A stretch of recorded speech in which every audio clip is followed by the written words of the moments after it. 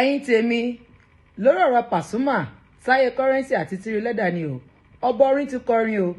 ó ní Taye Currency ò kí ń ṣẹgbẹ́ Tiri lẹ́dà o bí Tiri lẹ́dà ṣe jẹ́ ọmọ sí Taye Currency bẹ́ẹ̀ náà ni Taye Currency ṣe jẹ́ ọmọ sí Pasuma o wípé ká má fi ohun tí ò jọ ohun ká má fi wé ohun rárá o bákan náà aṣíwájú àkọ́dé náà ti sọ̀rọ̀ lórí ọ̀rọ̀ yìí pé ẹ̀yin fans gangan lẹ̀ ń dá wà lálẹ̀ láàrin àwọn olórin yìí wípé báwo lẹ ṣe máa fi Taye Currency wé Pasuma wípé ṣẹ́yìn mọ̀ wípé Taye Currency ọmọ ló jẹ́ sí Pasuma bẹ́ẹ̀ gẹ́gẹ́ náà ni Tiri lẹ́dà jẹ́ ọmọ sí Taye Currency wípé àmọ́ ẹ̀yin fans yìí gangan ẹ̀yin lẹ máa ń dá rògbòdìyàn ẹ̀yin lẹ máa ń dá gbọ́ ìsọ ìsílẹ̀ láàrin àwọn olórin wípé oníkálukú ló mọ ẹgbẹ́ oníkálukú dẹ̀ ló mọ ipò tí wọ́n tọ́ sí àmọ́ ká máa gbé Tiri lẹ́dà lórí Taye Currency ó ní rárá o wípé kò jọra wọn rárá o wípé ọ̀gá àti bàbá òun ni Taye Currency jẹ́ sí Tiri lẹ́dà o àmọ́ kẹ́yìn fans wá bọ́ sáàrin wọn kẹ́ wá máa gbé Tiri lẹ́dà lórí Taye Currency wípé ó wù wípé kò yẹ kó rí bẹ́ẹ̀ rárá o wípé àbòsí ló wà ń bẹ̀ o tàbí kẹ́yìn fans Tiri lẹ́dà kẹ́ wá máa sọ pé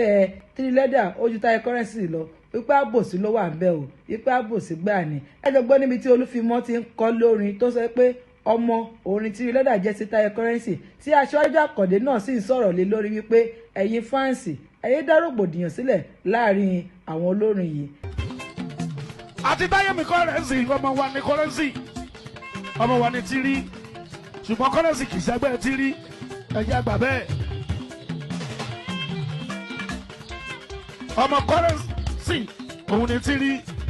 Currency jọmọ Pasuma. lọ́tí ọba ní Saheed Osupa sọ yẹn ẹ jẹ́ ká mọ̀ ọ́ ká bá lè nísinmi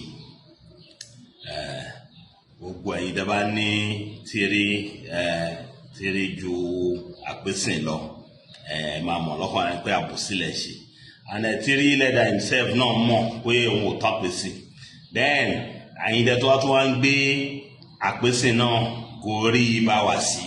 ẹgbẹ́ yìí náà kábòsílẹ̀ ṣe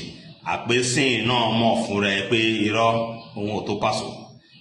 tábà tí lè mọ̀ yẹn a máa ní peace ni then ibi tí àwọn kan ti get it wrong ẹ̀yin tí àwọn tó bá láwọn support Tiri tó bá jáde fún àpèsìn tẹ́yìn tàpèsìn jáde fún Tiri ẹ ti sọ Tiri àti àpèsìn dẹgbẹ́ nìyẹn ẹ̀yin tí bá wà sí tẹ́yìn jáde fún àpèsìn literally ẹ̀yin tí a ti jẹ́ kó yá àwọn èèyàn náà pé ẹgbẹ́ ni wọ́n ẹ̀yin tí PFC tẹ́ bá ń jáde fún àpèsìn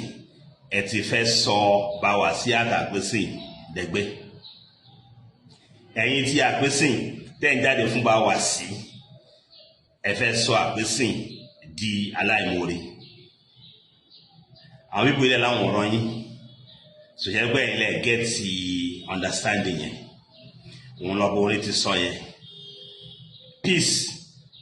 Tiri lẹ́dà no matter his current height ọmọ àpèsìn ni ó tó sẹ́yìn àpèsìn ni then no matter the blessings of àpèsìn ó tó sẹ́yìn Pasuma ni káwá ti lè mọ̀ yẹn ẹ má jẹ́ ká ṣàbòsí gbogbo ẹ bloggers ẹ̀yin fáǹsì tí ẹ̀ ń nà zoom pé ókè o àpèsìn ju ọ̀gá ẹ̀ lọ ó ju bá wà sí lọ tẹ́fẹ́ máa gbé àpèsìn lórí bá wà sí àbòsí lẹ́ ń ṣe o ọ̀ràn yẹn o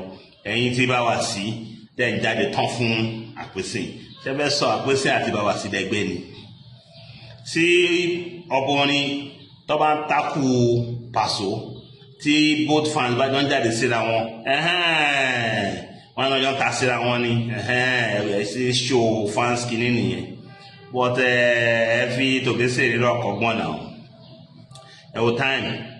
tí wọ́n gbé ọ̀bọ olórin kan dìde kò tà sí obesere wọn tẹ́ ríro ìgbà tó bẹ́sẹ̀ máa sọ ọ̀rọ̀ ẹ̀ nínú old school appel ó ní watchman ni wọn tẹ́ ríro abẹ́ẹ̀rí so ọbọrin adùnfọ́ settlement.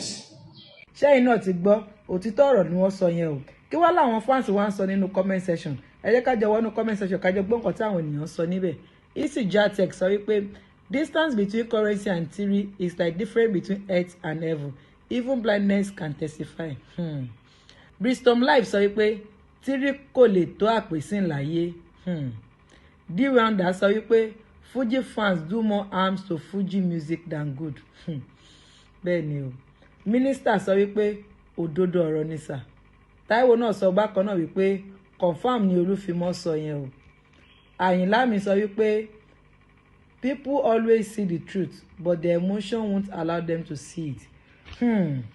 Ọ̀rọ̀ lẹ́gbọ́n yẹn o. Kí lẹ́yìn náà wá rí sọ sí ọ̀rọ̀ tí ó wà nílẹ̀ yìí? Ẹ jẹ́ kí n mọ èròǹgbà yín nínú comment section. This is Digi Naija TV. Don't forget to subscribe, like and share. Bó bá ṣe máa lọ láàmú àmú àṣetì gbọ́ yín. Ẹ ṣé o, ó dìgbà kan náà.